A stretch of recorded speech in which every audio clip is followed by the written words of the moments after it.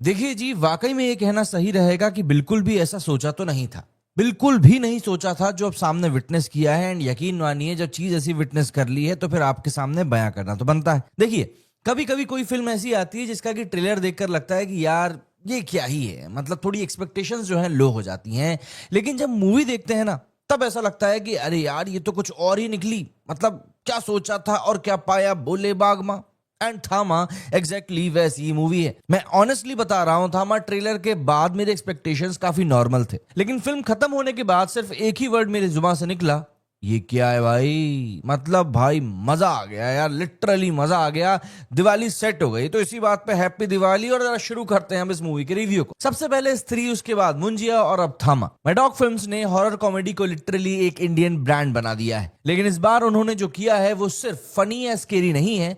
ये एक emotional, mysterious ऐसी फोकलोर है जिसको कि आप बस एक स्मूथ राइड की तरह एंजॉय करते हुए जाएंगे। मूवी के डायरेक्टर हैं आदित्य, जिन्होंने मुंजिया डायरेक्ट करी थी, और एक बार फिर से वो इस मूवी में फिर से पूरे फुल फॉर्म में दिखाई दिए हैं। एंड इस बार भाई ने कहानी ऐसे जोन में लेकर गई है जहां पे हिंदी सिनेमा कभी गया ही नहीं, कभी एक्सप्लोर ही नहीं किया है। देखो, मैं कोई स्पॉइलर तो नहीं दूंगा, लेकिन आपको मैं फील जरूर समझा दूं। थामा एक पुरानी इंडियन फोकलोर से इंस्पायर्ड है।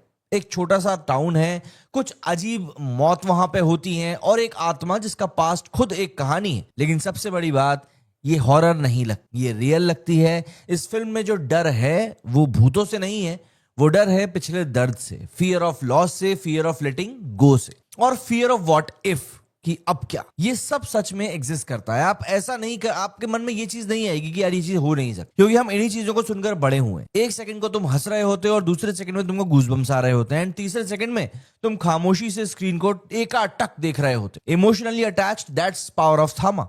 बात करें परफॉर्मेंस की, तो सबसे पहले आयुष्मान खुराना के बारे में ही बात करनी पड़ेगी, क्योंकि पिछले कुछ समय से आयुष्मान का टाइम अच्छा नहीं चल रहा है। And this is the big project जिसके ऊपर काफी कुछ दाव पे लगा है। वो मूवमेंट जहां पर कि उनको डर अपना शोकेस करना होता है एकदम एपिक तरीके से, वो वहां पर इतने विटी लाइंस बोलते हैं ना कि तुम हंस भी देते हो और रिलेट भी कर पाते हो कि हाँ भाई, इस सिचुएशन में होता तो यही। एंड यहां भी वही मैजिक चला है। डर और फन के बीच में उनका स्विच एकदम नेचुरल लगता है।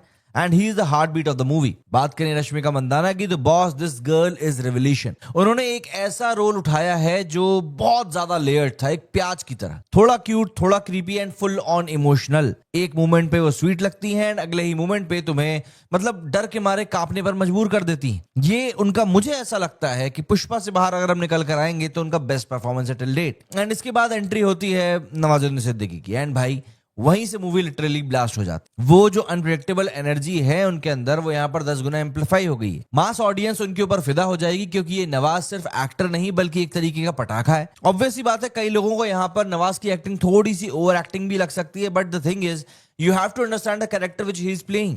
एंड उस कैरेक्टर के हिसाब से मुझे ऐसा लगता है कि अगर वो ओवर एक्टिंग नहीं होती तो फिर आपको उस कैरेक्टर से उतना ज्यादा मतलब नफरत भी नहीं हो पाती। एंड अब आखिरी में बात आ जाती है लेजेंड परेश रावल की। देखिए, उनकी टाइमिंग, उनके एक्सप्रेशन, उनके काम के ऑस, सब कुछ टॉप नॉच है। एक लेजेंड एक्टर हैं, मजे हुए कलाकार हैं, तो ऑब्वियस सी बात है आप उनसे कहीं से कहीं तक भी कोई कम चीज तो आप एक्सपेक्ट कर ही नहीं सकते। उनका हर एक सीन एलिवेट करता है इस मूवी को, एक अलग ही चार्म वो क्रिएट करते हैं स्क्रीन के ऊपर जब भी दिखाई देते हैं। एंड हाँ, एक कैमियो है, बड़ा है, अनएक्सपेक्टेड है, शॉकिंग है, जो लिटरली लास्ट 10 मिनट्स में थिएटर को हिला के रख देता है। बताऊंगा नहीं किसका है, लेकिन एक्सपीरियंस आपको उसको थिएटर में करना पड़ेगा, तभी आपको मजा आएगा। जैसा कि हम लोगों ने अभी जो लास्ट मूवीज आई हैं मैडॉक फिल्म्स की, उनमें भी हमने इस तरह के कैमियोज देखे ही हैं। इस कैमियो को भी आप मिस नहीं करना चाहेंगे। बात करें म्यूजिक की, तो ये फिल्म सिर्फ विजुअल से नहीं बल्कि म्यूजिक से भी चिल देती है। गाने जैसे कि तुम मेरे ना हुए, पॉइजन बेबी, दिलबर की आंखों में, मतलब ये सब गाने ऑलरेडी सोशल मीडिया पर धमाल मचा रहे हैं। लेकिन मूवी में जब ये सॉन्ग्स आते हैं ना, तो they enhance the emotion, not disturb the flow. मतलब कई बार ऐसा होता है ना कि हम गानों को सुनते हैं और लगता है कि यार इस गाने की यहाँ पर जरूरत क्या थी, लेकिन इस मूवी में जब आप इन गानों को सुनेंगे ना, तो you will go with the flow. आपको ऐसा नहीं लगेगा कि यार ये गाना यहाँ पर क्यों डाला गया है। एंड सबसे बड़ा हाईलाइट है बैकग्राउंड स्कोर। मतलब इलेक्ट्रीफाइंग है, कभी वो सस्पेंस को बिल्ड करता है, कभी वो रोमांस के फील को एलिवेट करवाता है, कभी चिल छोड़ देता है। तो एक सेकंड भी आपको ऐसा नहीं लगता कि यार आप मूवी से आउट ऑफ जोन जा रहे हैं। म्यूजिक आपको बांध के रखने का काम करता है। बैकग्राउंड स्कोर लिटरली इस फिल्म का एक अनसीन हीरो है।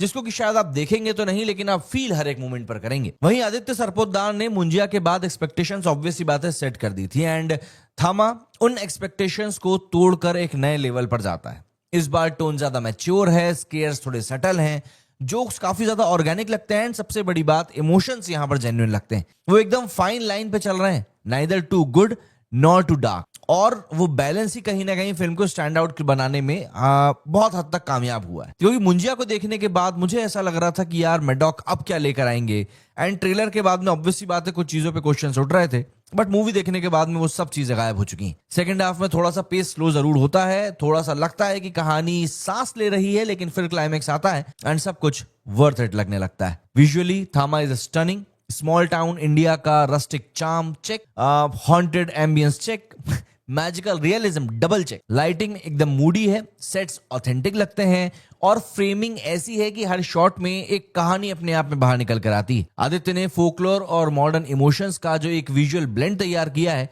वो एस्थेटिक के लेवल पर एकदम ब्यूटीफुली हॉन्टिंग दिखाई पड़ता है। लेकिन honestly speaking Indian horror comedy का फेज इस समय चल रहा है and Maddock is ruling it. सब कुछ बन रहा है यहाँ पर, स्त्री बन रही है, भेड़िया बन रहा है, मुंजिया बन रहा है, बट थामा का फ्लेवर यहाँ पर अलग है। इस फिल्म ने सिर्फ हॉरर नहीं, सिर्फ लाफ्टर नहीं, सिर्फ रोमांस नहीं, ये सब कुछ अपने अंदर समेटा है, लेकिन एक पर्पस के साथ में। कुछ भी